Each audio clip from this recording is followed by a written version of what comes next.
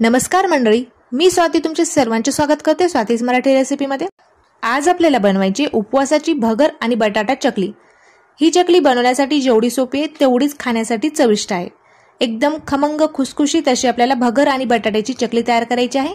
चकली तुटू नये किंवा याचे तुकडे पडू नये यासाठी काय करायचं ते देखील आपण आजच्या व्हिडिओमध्ये बघणार आहोत। चला तर मग एकदम सोपी आणि सिंपल रेसिपीला सुरुवात करूया। चकली बनवण्यासाठी या ठिकाणी मी 400 ग्रॅम भगर घेतलेली आहे। भगर आपण बारीक घेतलेली आहे। तुम्हाला जर जाड भगर मिळाली तर तुम्ही ती देखील वापरू शकता। त्याचबरोबर आपण 200 ग्रॅम साबुदाणा घेतलेला आहे। भगरीला चिकटपणा नसतो त्यासाठी आपण या ठिकाणी 200 ग्रॅम साबुदाणा घेतलेला आहे। साबुदाण्यामुळे आपल्या चकलीला छान चिकटपणा येतो, त्यासाठी आपल्याला या ठिकाणी साबुदाण्याचा देखील वापर करायचा आहे। या ठिकाणी आपल्याला भगर आणि साबुदाणा दोन्ही मिक्सरला बारीक करून घ्यायचा आहे। भगर मिक्सरला लगेचच बारीक होते, साबुदाणा जो आहे तो मिक्सरला बारीक होत नाही, त्यासाठी आपल्याला साबुदाणा भाजून घ्यायचा आहे। साबुदाणा भाजण्याचं वेगळं असं कारण नाहीये, फक्त मिक्सरला लवकर बारीक होण्यासाठी आपल्याला साबुदाणा भाजून घ्यायचा आहे। तर आपण या ठिकाणी गॅसवरती कढई ठेवलेली आहे आणि यामध्ये आता आपण हा साबुदाणा भाजून घेऊया। भगर आपल्याला भाजण्याची गरज नाहीये, तर साबुदाणा मी या ठिकाणी 2 ते 3 मिनिट छान भाजून घेतलेला आहे। आता हा भाजलेला जो साबुदाणा आहे तो आपल्याला थंड करून घ्यायचा आहे आणि नंतर आपल्याला मिक्सरला बारीक करून घ्यायचा आहे। दाताखाली चावल्यानंतर साबुदाणा मऊ लागत नाहीये, छान कुरकुरीत असा भाजलेला आहे। आता आपल्याला हा साबुदाणा थंड करून घ्यायचा आहे। आपला जो साबुदाणा आहे तो थंड झालेला आहे। या ठिकाणी मी मिक्सरचा एक जार घेतलेला आहे आणि यामध्ये आता आपल्याला हा साबुदाणा बारीक करून घ्यायचा आहे। एकदम बारीक न करता थोडासा जाडसर आपल्याला हा साबुदाणा बारीक करून घ्यायचा आहे। अशा पद्धतीने मी हा साबुदाणा मिक्सरला बारीक करून घेतलेला आहे। बघू शकता तुम्ही थोडासा जाडसर आहे। आता आपल्याला या ठिकाणी भगर देखील बारीक करून घ्यायची आहे। भगर मिक्सरला लगेच बारीक होते, तर मिक्सरच्या जारमध्ये मी अर्धी भगर टाकून घेतलेली आहे आणि आता आपल्याला ही भगर मिक्सरला बारीक करून घ्यायची आहे। तर भगर देखील मी या ठिकाणी बारीक करून घेतलेली आहे। बघू शकता तुम्ही अशा पद्धतीने मी ही भगर बारीक करून घेतलेली आहे। भगरीचं पावडर आणि साबुदाण्याचं जे पावडर आहे ते आपण एकाच बाउलमध्ये काढून घेतलेलं आहे। राहिलेली जी भगर आहे ती देखील मी मिक्सरला बारीक करून घेतलेली आहे आणि सेम बाउलमध्ये आपण काढून घेतलेली आहे। साबुदाणा आणि भगरीचं जे पावडर आहे ते तयार झालेलं आहे। आता या ठिकाणी आपल्याला चकली बनवण्यासाठी बटाट्याचा देखील वापर करायचा आहे। आपण या ठिकाणी 400 ग्रॅम भगर घेतलेली आहे, तर 400 ग्रॅम भगरीसाठी आपण 800 ग्रॅम आपल्याला या ठिकाणी उकडलेले बटाटे घ्यायचे आहेत। भगरीच्या दुप्पट आपल्याला या ठिकाणी बटाट्याचा वापर करायचा आहे। बटाट्यामुळे आपली जी भगरीची चकली आहे त्याला छान चिकटपणा येतो, बाइंडिंग छान येते आणि त्याचबरोबर आपली जी चकली आहे ती खाण्यासाठी देखील खमंग आणि चविष्ट लागते। बटाटे आपण या ठिकाणी उकडून घेतलेले आहेत आणि त्यावरील साल काढून घेतलेला आहे। आता आपल्याला हे बटाटे किसून घ्यायचे आहेत किंवा चाळणीने गाळून घ्यायचे आहेत। तर मी या ठिकाणी जी तांदूळ चाळायची चाळणी असते त्या चाळणीने मी हे बटाटे बारीक करून घेणार आहे। आता पावभाजी मॅशरचा वापर करून देखील आपण हे बटाटे एकदम सोप्या पद्धतीने मॅश करून घेऊ शकतो। तर पावभाजी मॅशरने आपण बटाटे चाळणीच्या वरती प्रेस करून घेतलेले आहेत। 2 ते 3 मिनिटांमध्येच आपण हे बटाटे मॅश करू शकतो। एकदम झटपट आपले हे बटाटे बारीक होतात। अजिबात यामध्ये बटाट्याचे मोठे मोठे कण राहत नाहीत। बटाटे आपले एकदम छान बारीक होतात, त्याचबरोबर चिकट देखील होत नाहीत। त्यामुळे या ठिकाणी आपण चाळणीचा वापर करून हे बटाटे बारीक करून घेतलेले आहेत। तुम्हाला हवं असल्यास तुम्ही किसणीने हे बटाटे किसून घेऊ शकता। आता चाळणीने आपण सर्व बटाटे बारीक करून घेतलेले आहेत। अगदी 2 ते 3 मिनिटांमध्ये आपले हे बटाटे बारीक होतात। तर सर्व बटाटे आपण या ठिकाणी बारीक करून घेतलेले आहेत। जी बारीक केलेली भगर आहे आणि साबुदाणा आहे तो टाकून घ्यायचा आहे। आता यामध्ये आपल्याला चवीनुसार मीठ टाकून घ्यायचं आहे। तर मी या ठिकाणी उपवासाचं शेंदे मीठ वापरत आहे। मीठ आपल्याला बेताने टाकायचं आहे, कारण वाळवणीचे जे पदार्थ आहेत ते वाळल्यानंतर थोडेसे खरट लागतात। 1 ते 1.5 चमचा मीठ टाकून घेतलेला आहे। मी मिक्सरला हिरवी मिरची बारीक करून घेतलेली आहे, ती हिरवी मिरची टाकायची आपल्याला 1 ते 1.5 चमचा। तिखट तुम्ही तुमच्या आवडीनुसार थोडं कमी जास्त देखील करू शकता। आता आपल्याला यामध्ये पाणी न टाकताच हे पीठ मळून घ्यायचं आहे। तर गरज वाटल्यास तुम्ही यामध्ये पाणी ऍड करू शकता। सुरुवातीला आपल्याला बटाट्यामध्येच हे पीठ मळून घ्यायचं आहे आणि गरज पडली तरच आपल्याला यामध्ये पाणी टाकायचं आहे, पण शक्य तेवढं आपल्याला पाणी याच ठिकाणी टाकायचं आहे। तर तुम्हाला गरज पडेल तर तुम्ही याच ठिकाणी पाणी टाकून घ्या। बटाट्यासोबत आपण हे पीठ छान मळून घेतलेलं आहे। याची बाइंडिंग छान तयार होत आहे, पण पीठ आपलं थोडंसं घट्ट आहे, त्यासाठी आपण यामध्ये थोडंसं पाणी टाकून हे पीठ छान मऊ आणि सॉफ्ट असं मळून घेऊया। तर पाण्याचा वापर आपल्याला याच ठिकाणी करायचा आहे, नंतर आपल्याला पाण्याचा वापर करायचा नाहीये। तर अशा पद्धतीने आपण हे पीठ मळून घेतलेलं आहे। आता आपल्याला या पिठाचे रोल तयार करून घ्यायचे आहे।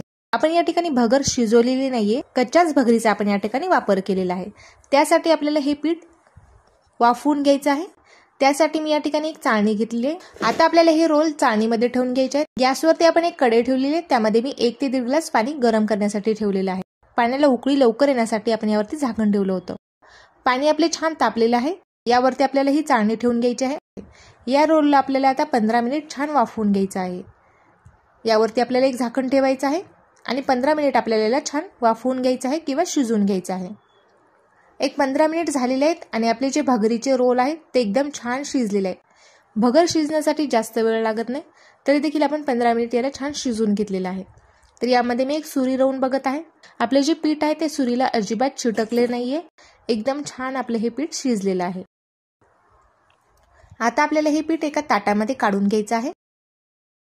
एका उलथण्याने मी हे सर्व पीठ फोडून घेतलेलं आहे आणि मोकळं करून घेतलेलं आहे. आता आपल्याला हे पीठ छान मळून घ्यायचं आहे. तर हे पीठ मळण्यासाठी मी या ठिकाणी पावभाजी मॅशरचा वापर करणार आहे. पावभाजी मॅशरने आपल्याला हे पीठ छान मॅश करून घ्यायचं आहे. जेवढं तुम्ही पीठ मऊ आणि सॉफ्ट मळताल तेवढे आपल्या चकल्या खुसखुशीत तयार होतात. त्याचबरोबर चकली तयार करताना अजिबात तुटत नाही. तर पावभाजी मॅशरने आपल्याला हे पीठ छान मळून घ्यायचं आहे. पीठ जरी थंड झालं तरी देखील तुम्ही पावभाजी मॅशरने याला मॅश करा आणि परत चकल्या तयार करण्यासाठी घ्या. अजिबात आपली चकली तुटत नाही. चकली न तुटता एकदम छान तयार होते. तर पावभाजी मॅशरने मी या पिठाला छान मॅश करून घेणार आहे आणि एकदम सॉफ्ट आणि मऊ असं तयार करून घेणार आहे. छान आपण याला मॅश करून घेतलेलं आहे. एकदम मऊ आणि सॉफ्ट असं आपलं हे पीठ तयार झालेलं आहे. पीठ आपल्याला एका बाउलमध्ये काढून घ्यायचं आहे आणि हे पीठ आपल्याला झाकून ठेवायचं आहे, म्हणजेच आपलं जे पीठ आहे ते थंड होणार नाही. या ठिकाणी आता आपल्याला याच्या चकल्या तयार करून घ्यायच्या. त्यासाठी आपण चकलीचा साचा घेतलेला आहे. चकली मशीनमध्ये जेवढं बसेल तेवढं पीठ आपण यामध्ये छान दाबून भरलेलं आहे. आता आपल्याला चकल्या तयार करून घ्यायच्या आहेत.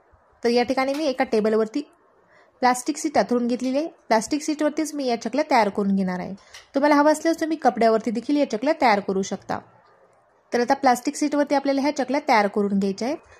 तर बघू शकता तुम्ही अजिबात आपली चकली तुटत नाही. एकदम छान एक सलग चकली तयार होत आहे आणि एकदम सहजच आपण ह्या चकल्या तयार करू शकतो.